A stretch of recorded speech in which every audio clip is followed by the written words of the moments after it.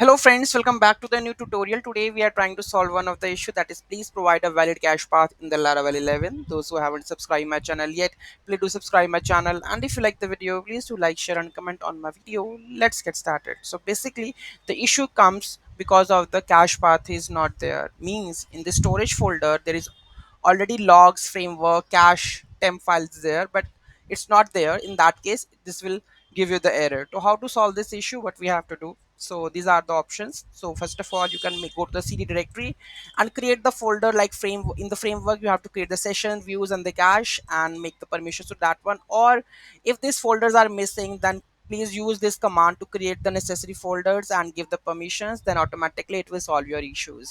Okay, if it is any doubt, any query in that, just do let me know in the comment section. Thank you so much for watching this video, and don't forget to like, share and comment on my video.